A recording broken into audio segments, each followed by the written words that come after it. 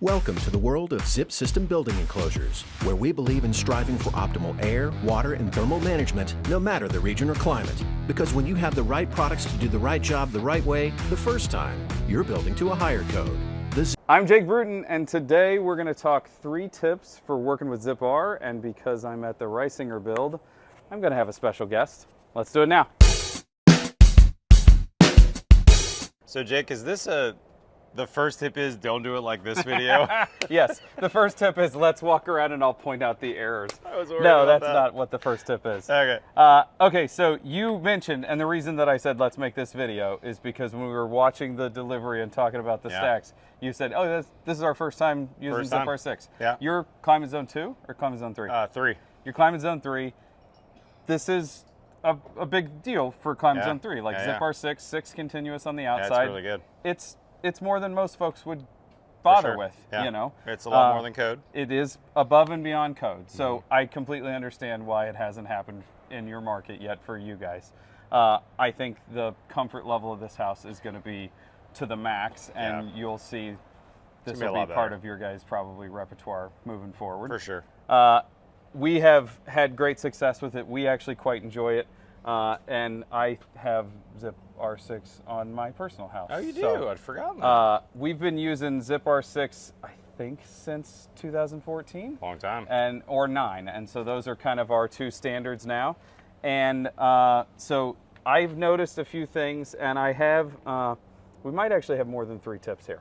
So number 1, when it comes packaged in that stack, it's wrapped in like a saran wrap.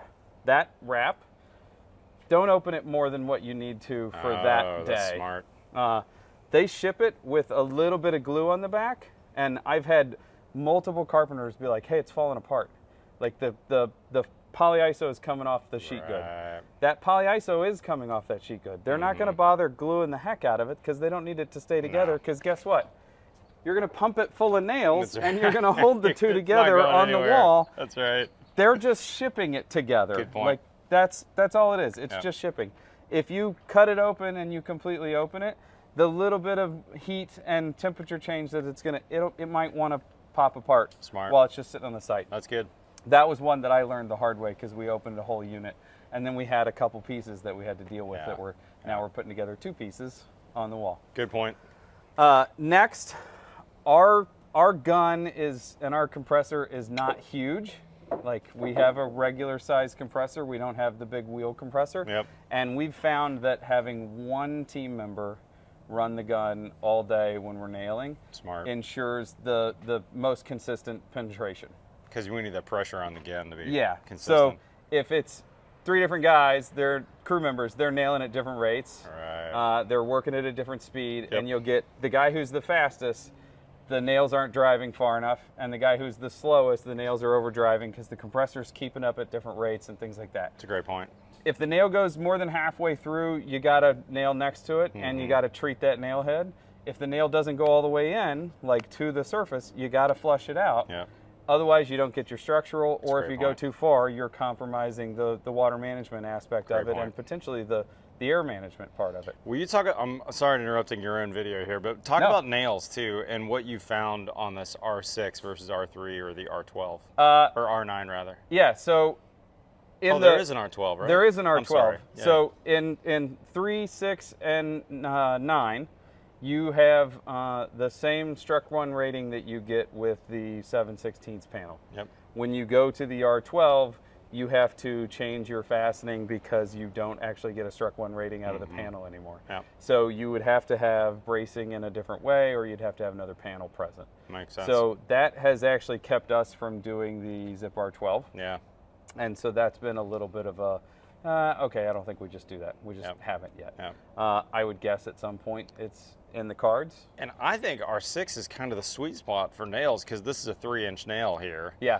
You already have a framing gun that does this. Exactly. You know, if you're nailing 2x4 to 2x4 or 2x6 to 2x6, you have a gun that shoots 3 1/4. Yes. Right? And it's the same diameter. Yep. You know, so there's that. Now, I do have a question for you. Sure. And this is one of my things. I see an outside corner behind you, and I don't see any of the polyiso showing at the outside corner. Yeah, we augured out the foam on the corner. So that means you're cutting an inch of the foam out on one of those panels. It's really easy to do. Was that a debate on whether or not you guys were going to do it? That's the way we did it on the last job, so we're doing it on this job too. Okay. So that's one that I get constant conversation about, like, do we do that, do we not do that? I like that detail. I think it looks super clean. Mm-hmm. It is absolutely unnecessary. Yeah, that's right. I think that is a total, like, it gives you a better nail base for outside corners. Yeah. Depending on what your cladding is, it makes it look nicer for the clients to see. You're not having to protect a piece. We're talking about this, by the way, just so everybody knows what we're talking about. Yeah, so this panel has an inch of foam behind it, and this panel does too. If you didn't cut out that inch, you'd see it there. That's right. The same way you see it in the opening. Yeah, right? that's right.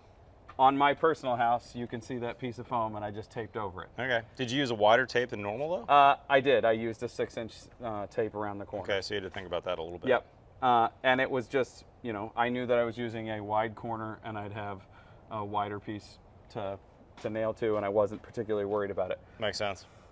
It's purely aesthetics, and if you know that you're going to be able to fasten your outside corner there. Now, the same thing, the same conversation, if we come back over here, actually happens in the window buck. Yep. Because that actually does happen here as well. This is the spot where I go, yeah, but I don't want to leave it like that here. We don't. And so, Agreed. What is your guys' plan for the window rough? We're taking standard zip system sheathing and making the continuity to the inside. So this will get a strip of standard zip system sheathing. That's 5.5 inches here on the sill, and then the jambs and the head, and then we'll tape it all the way around. Yep. So you have your air and water control layer here. You're going to turn your air and water control layer to the inside. That's right.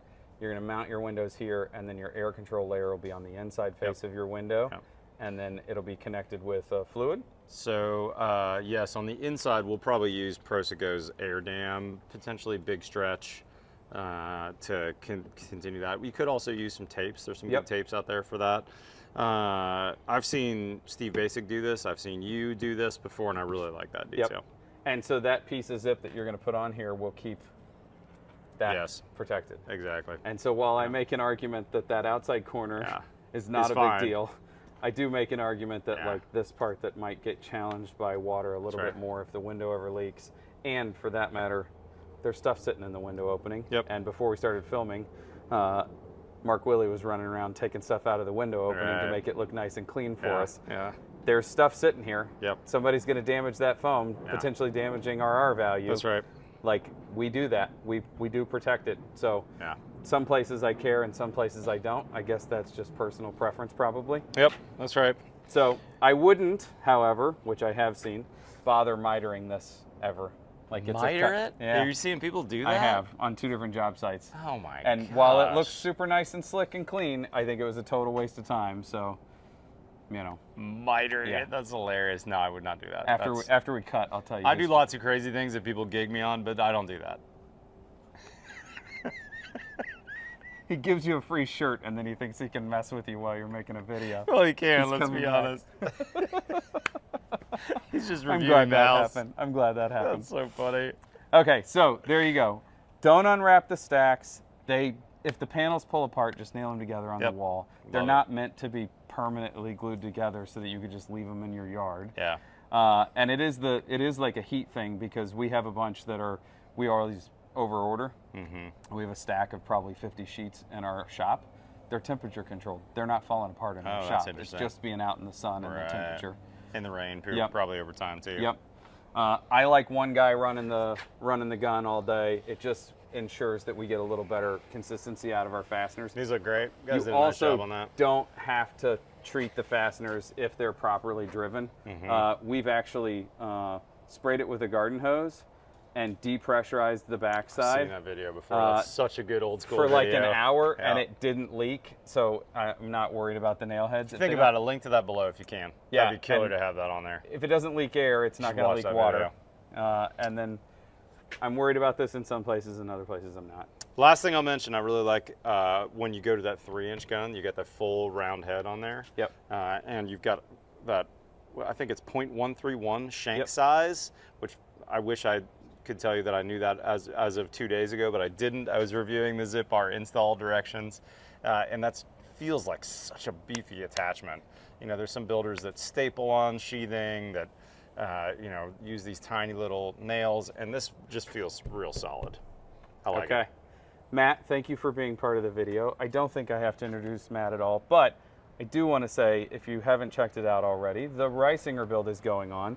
They have a Ready Fame project going on here. Yep. This is a project to collab with you and Steve Basic. Yep, that's right. And all of this is Builders First Source, and we're on day 4 and we're 5. Day 5. And we're at lunch. sheathing, and yeah, we're filming at lunch while everybody went to eat. We were like, we can film. Floor trusses, there's roof trusses behind us. They're gonna get to, I mean, they're gonna get really far today. Yeah, for sure. This is and impressive. This will be the show house, Jake, for Build Show Live. Okay. So we're going to make sure that if we get to drywall, we're going to hold off hanging drywall for this. But the schedule shows that it's like around a week away. So I'm going to hold off on hanging sheetrock. So if people sign up for that VIP ticket, they'll actually get to come see it in the mechanical stage, insulation in, but no sheetrock. I'll let you know. I'm going to set up a link where we can gamble on whether or not they get there before the show live. I hope so. That would be I'll start embarrassing. posting odds That'd be on whether or not embarrassing. they get there. Buddy, thanks for being in the video. Thanks for having me, man. Appreciate it. Till next time, have a good day.